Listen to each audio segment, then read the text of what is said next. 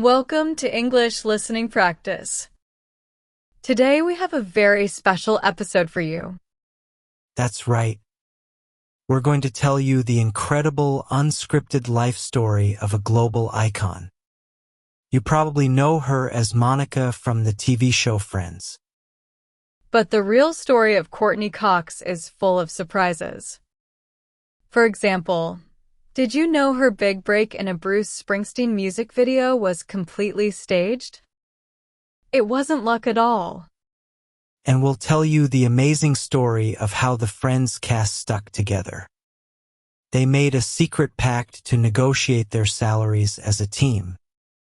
This made them the highest-paid TV actors in history. We'll also explore how she fought to play a mean reporter in the movie Scream. It was a role that was the complete opposite of her sweet character, Monica. This story is fascinating, and it's also a great way to learn new English vocabulary and phrases. So make sure you listen to the very end. Our story begins in 1984. The place is the St. Paul Civic Center in Minnesota. The feeling in the air is electric. 30,000 fans are roaring. On stage is the famous singer, Bruce Springsteen, also known as the Boss. He starts to sing his new hit song, Dancing in the Dark. The song is about feeling frustrated and wanting to break free. As the song continues, Springsteen looks at the crowd. He points, smiles, and pulls a young woman from the front row onto the stage. She has dark hair and looks completely shocked. For the next 30 seconds, she dances with the boss. Her dance is a little awkward and shy, which makes it feel very real. The music video was played all the time on MTV. People thought she was just a lucky fan who got a once-in-a-lifetime chance. But that story, the one everyone believed, wasn't true. It was a carefully planned illusion. The girl on stage was not a random fan. Her name was Courteney Cox. She was a 20-year-old aspiring actress who had just moved to New York from Alabama. She wasn't discovered by Springsteen. She was cast by the famous film director Brian De Palma for the music video. She had to go through a stressful audition. She was in a room full of professional dancers and felt like she didn't belong. She later said, "I don't think I'm in the right place because I can barely touch my toes." For the final part of her audition, she had to dance alone for the director. She was so embarrassed that her dancing was very stiff. She believed that her awkwardness was the exact reason she got the part. They wanted someone who looked like a real fan, not a professional dancer. She was actually terrified of dancing in front of so many people. She secretly hoped they would not pick her. To get all the right camera shots, they filmed the concert on 2 separate nights. And on both nights, a very nervous Courteney Cox was pulled from the crowd to dance again. That one famous moment is a perfect example of Courteney Cox's whole life. On the surface, it looks like a lucky fairy tale. But underneath, it was the result of hard work and being brave. She was willing to be in the spotlight, even when she was scared. This journey began long before the cameras were rolling. She had already made the brave choice to leave her comfortable life behind. She wanted to chase a very big dream. She has said her dance was pathetic, but it became a piece of pop culture history. The fact that she was genuinely nervous made the moment unforgettable. It was an early lesson that your flaws can actually be your strengths. This idea would appear again in her most famous roles. So how did this nervous girl from Alabama turn one dance into a 40-year career? How did she become a TV icon, a horror movie queen, and a business owner? This is the unscripted life of Courteney Cox. Courteney Cox's story starts in the American South, not Hollywood. She was born on June 15, 1964, in Birmingham, Alabama. She grew up in Mountain Brook, a wealthy town with beautiful houses. Her father, Richard Lewis Cox, was a successful businessman. Her mother, Courtney Copeland, stayed home to raise Courtney and her 3 older siblings. She had 2 sisters, Virginia and Dottie, and a brother, Richard Jr. Her childhood seemed perfect. She was raised to be a proper Southern belle. This meant joining the right clubs and having perfect manners.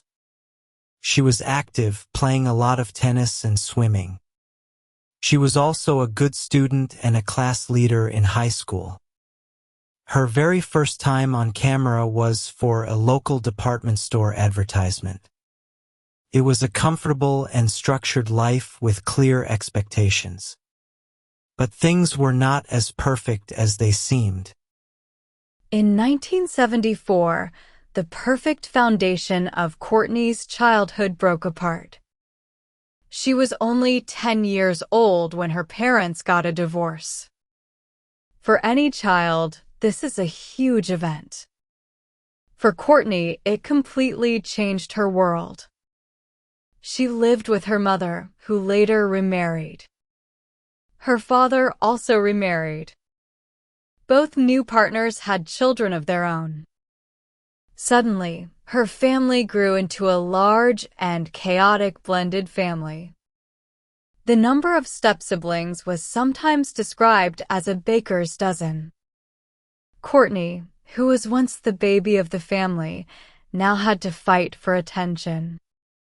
The divorce broke the Southern belle image she was supposed to follow. She had to learn to build her own identity. This need to stand out led to some mild rebellion. Most interestingly, she decided to learn to play the drums. It was a loud and assertive choice in a very crowded house. This was an early sign of the independent person she would become. This difficult time forced her to become strong and self-reliant. Her famous need for order and cleanliness might have started here. When a child's world is chaotic, they sometimes need to create order as a way to cope. After high school, Courtney first chose a traditional path. She went to Mount Vernon College for Women in Washington, D.C. She decided to study architecture and interior design. It seemed like a practical and creative career choice. But a different world was calling to her. The big change came from a family connection. Her stepfather's nephew was Ian Copeland, a famous music agent in New York City. He was also the brother of the drummer from the band The Police. Courtney got a job as his office assistant, and a romance started between them. Ian saw her ambition and encouraged her to try modeling and acting. This encouragement was the final push she needed. After only 1 year of college, Courtney made a life-changing decision. She dropped out. She packed her bags and moved to the exciting and uncertain city of New York to become a model. The Southern belle was officially going off script. New York City in the early 1980s was a tough place for aspiring artists. But Courtney arrived with charm, ambition, and a good connection. Through Ian Copeland, she quickly got a contract with the famous Ford modeling agency. Her look was perfect for the time. Soon, her face was on the covers of teen magazines and in ads for brands like Maybelline. But she knew that a pretty face was not enough. She wanted to be an actress. She was very smart and hardworking. She used the money from modeling to invest in herself. She took acting classes and speech lessons to lose her honey-dipped Alabama drawl. One of her commercials became a small piece of TV history. In 1985, she was in an ad for Tampax. In the commercial, she became the first person on American TV to say the word period. It was a small but bold moment that broke a major taboo. The fame from the Bruce Springsteen video gave her career a huge boost. It made her face instantly recognizable. In 1985, she made the next logical step and moved to Los Angeles. Her first major role was in a TV series called Misfits of Science. She played Gloria Dinallo, a troubled teenager with the power of telekinesis. The show only lasted for one season, but it was a great experience. It was her first time as a regular on a TV series. After that, she continued to get steady work. She appeared as a guest on popular 80s shows like The Love Boat and Murder, she wrote. She also started getting roles in movies. She was in Masters of the Universe in 1987 and Cocoon, The Return in 1988. Each role was another step up the ladder in her career. In 1987, Courteney Cox landed a role that made her a household name. She was cast in a recurring role on Family Ties. Family Ties was one of the most popular sitcoms of the time. For the final 2 seasons, she played Lauren Miller. Lauren was the smart and serious girlfriend of Alex P. Keaton, played by Michael J. Fox. Joining such a famous show was a big deal. Another young actress on the show remembered being very nervous. She said that Courteney was extraordinarily nice to her and helped calm her down. This role was very important for Courteney. First, it proved she was excellent at comedy. It's not easy to act opposite a comedy master like Michael J. Fox. She played the smart, serious character who balanced his chaotic energy. Second, it gave her a lot of exposure to a huge audience every week. For 2 years, she was part of America's favorite TV family. This made her famous long before she ever worked at Central Perk. Just before 1994, Courteney's career really took off. She had a strong TV resume, but now she was getting bigger movie roles. Her biggest film break yet came in early 1994. She was cast opposite the hilarious comedian Jim Carrey. The movie was Ace Ventura, Pet Detective. Courteney played Melissa Robinson, a professional publicist who hires the very strange detective. Once again, she played the grounded straight man to a wild comedic character. The film was a huge and unexpected hit. It made over $100 million and turned Jim Carrey into a superstar. For Courteney, it was another big success that made her even more famous. At the same time, she appeared on the most popular sitcom of the time, Seinfeld. In an episode called The Wife, she played Meryl, a woman Jerry pretends is his wife. By the time a new sitcom pilot was casting in mid-1994, Courteney was in a great position. Thanks to Family Ties and Ace Ventura, she was the most famous actor out of the 6 who were eventually cast. She was a professional with 10 years of hard work behind her. She was perfectly positioned for the role that would change her life forever. When the script for a new show called Friends Like Us was being passed around, producers thought of Courteney Cox. Because of her recent success, they thought she was perfect for the role of Rachel Green. Rachel was the character whose story started the whole series. But Courtney had a different idea. As she read the script, she was more interested in Monica Geller. Monica was high-strung, obsessed with cleaning, and very motherly. Courtney said she was more drawn to Monica's strong personality. In a brave move, Courtney told the producers she didn't want the lead role. Instead, she asked to audition for the part of Monica. She had to fight for the role she really wanted. Her instincts were right. The creators were impressed by her vision for the character. She was cast as Monica. And a then-unknown actress named Jennifer Aniston was cast as Rachel. The rest is television history.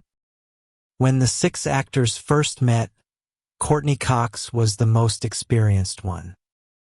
She could have acted like the star of the group. Instead, she did the opposite. From the beginning, she became the mother hen who helped them all become close friends. Jennifer Aniston later said, "To be friends with Courtney is to be family with Courtney." Lisa Kudrow remembered how Courtney encouraged them to work as a team. She told them to always help each other make scenes funnier. This attitude, started by Courtney, turned them into a real team. This friendship became the show's secret weapon. Before every single show, for 10 years, they had a special ritual. They would get in a huddle backstage for a private moment. They would wish each other good luck and give each other a hug. Life also started to copy art. The character Monica was a neat freak. It turned out that Courtney was also extremely clean in real life. The show's co-creators said Courtney's own dressing room was always perfectly clean. Sometimes she would even clean her castmates' messy dressing rooms. Courtney joked, "I think that I added to the cleanliness of Monica. I was cleaner than Monica." The cast's strong friendship led to a revolutionary business decision. It would change the TV industry forever. In the first season, all 6 actors were paid the same amount, $22,500 per episode. But for season 2, the network negotiated with them separately. This meant they were all paid different salaries. The cast knew this could damage their teamwork.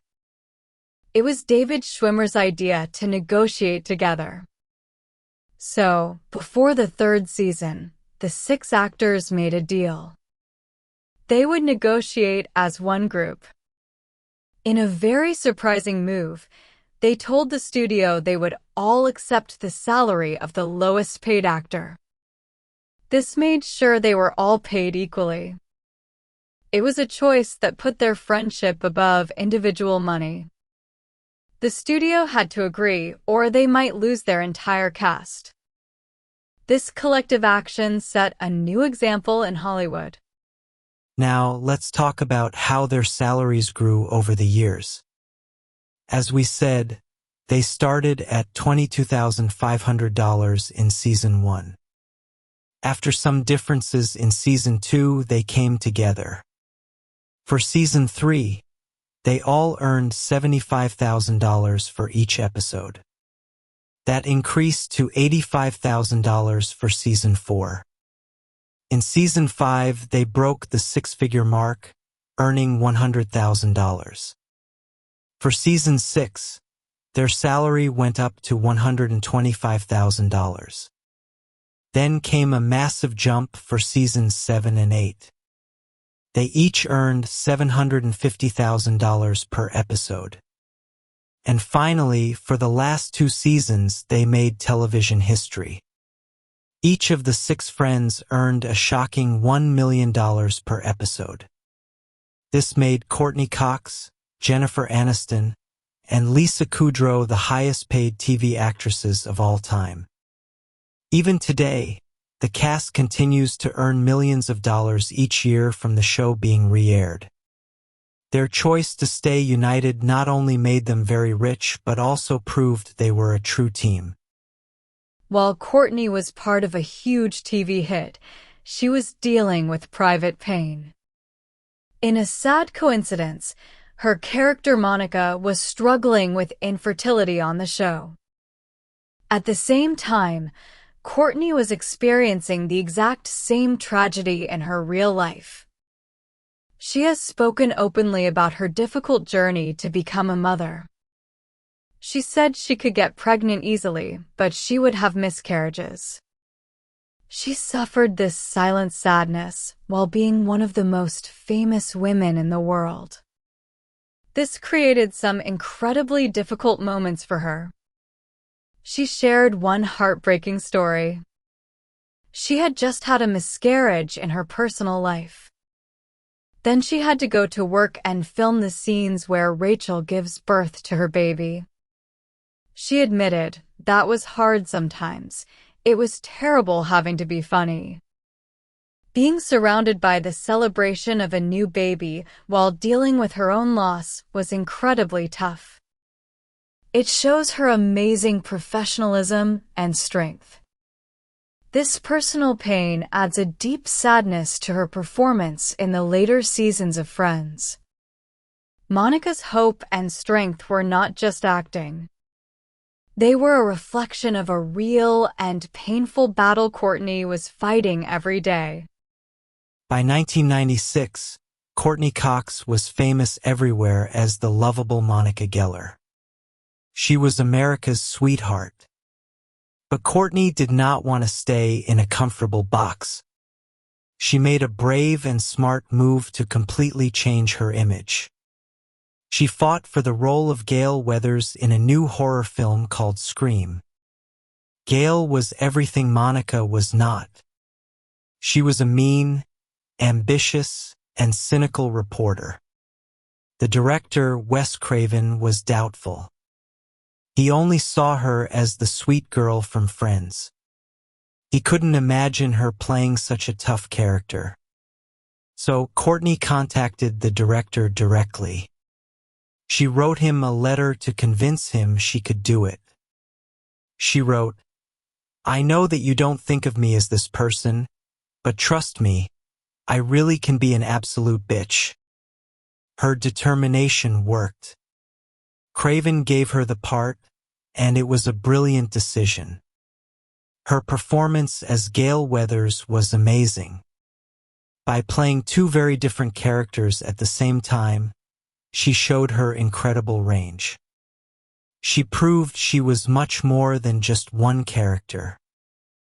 The role of Gale Weathers became the second most important part of her career. Courteney Cox is the only actor to appear in every single Scream movie. That's a run of 6 films over almost 3 decades. Across these movies, she has developed a very complex character. In the first Scream, Gale is a villain. She only cares about getting a good story. In Scream 2, she is still ambitious, but she starts to change. In a key moment, she chooses love over her career. By Scream 3, she is helping to solve the mystery because she genuinely cares about the other people. In Scream 4, she is married and living a quiet life, but she's unhappy. The return of the killer reignites her old spirit. In the newest films, Scream 2022 and Scream 6 2023, we see a veteran Gale. She has experienced terrible loss, but she is still strong. She has evolved from a selfish reporter into a tough survivor and a mentor to a new generation. The Scream franchise didn't just change Courtney's career, it changed her personal life. On the set of the first movie, she met the actor David Arquette. He played her on-screen love interest, Deputy Dewey Riley. Their on-screen chemistry, a mix of arguing and attraction, became a real-life romance. Their relationship developed along with the film series. As David later said, "We met on Scream 1, and by Scream 3 we were married." Their wedding in June 1999 was a big event. Her friend's family celebrated in a funny and sweet way. In the opening credits of the next episode, every cast member's name had Arquette added to it. The screen said Jennifer Aniston Arquette, Lisa Kudrow Arquette, and so on. At the end of the episode, a message said, "For Courtney and David, who did get married." They were one of Hollywood's favorite couples for over 10 years. As Friends ended in 2004, Courtney was already planning her next career move. She didn't just want to be an actress. She wanted to control the story she was telling. She and her husband, David Arquette, started their own production company. They called it Coquette Productions, a clever mix of their last names. Courtney quickly became a successful producer. Her biggest sitcom success after Friends was Cougar Town. She was the star and also an executive producer. She played a recently divorced woman in her 40s. This role earned her a Golden Globe nomination. She also started directing. She directed 12 episodes of Cougar Town. Later, she directed a TV movie and then her first feature film. This change from actress to producer and director showed her ambition and business skills. While her professional life was successful, her personal life was changing a lot. In 2010, after 11 years of marriage, she and David Arquette separated. Their divorce was finalized in 2013. Unlike many Hollywood splits, theirs was very kind and respectful. They promised to stay best friends and co-parents to their daughter, Coco, and they have. David later admitted that her huge level of fame during Friends was difficult for him. He said it was hard on his ego when his wife was at the top of the television iconic world. In 2013, a new love story began. She met Johnny McDade, a musician from the band Snow Patrol. Their connection was fast and strong, and they got engaged. However, they suddenly broke off their engagement in 2015. The breakup was very painful for Courtney, but she used the heartbreak to work on herself. She said she did a lot of personal work and learned to reclaim her voice. When she and Johnny eventually got back together, she said it was a different relationship. It was built on a stronger, more honest foundation. In the most recent part of her career, Courtney has done something brilliant. In 2022, she launched HomeCourt. HomeCourt is a line of luxury home care products like cleaners and candles. This business is a very smart move. For years, her identity has been linked to Monica Geller's neat freak personality. Instead of running from it, she embraced it. She turned that image into a successful business based on her real passion for design and a clean home. Her acting career also continues with interesting new roles. She starred in a horror comedy series called Shining Vale. In February 2023, she received a star on the Hollywood Walk of Fame. Her friends' sisters, Jennifer Aniston and Lisa Kudrow, were there to honor her. Their speech was a beautiful tribute to their 30-year friendship. Jennifer Aniston said, "To be friends with Courtney is to be family with Courtney." It was a public confirmation that the show's greatest legacy was the real family it created. We started our story on a concert stage in 1984. We saw a young woman who seemed to get lucky. But now we see her as a determined person who built her own life, step by step. The story of Courteney Cox is a story of resilience. She faced family problems and private pain with great strength and a desire to grow. Her career is also a story of brave choices. She chose to leave a safe future for an uncertain one. She fought for the roles she truly wanted. She chose to shatter her sweet image with a challenging role. And she chose to become a producer, a director, and an entrepreneur to control her own story. And, of course, it is a story of deep friendship. The bond she made with her friends' co-stars has been a constant source of support in her life. Today, Courteney Cox seems to have brought all the parts of her life together. The name of her company, Home Court, feels very meaningful.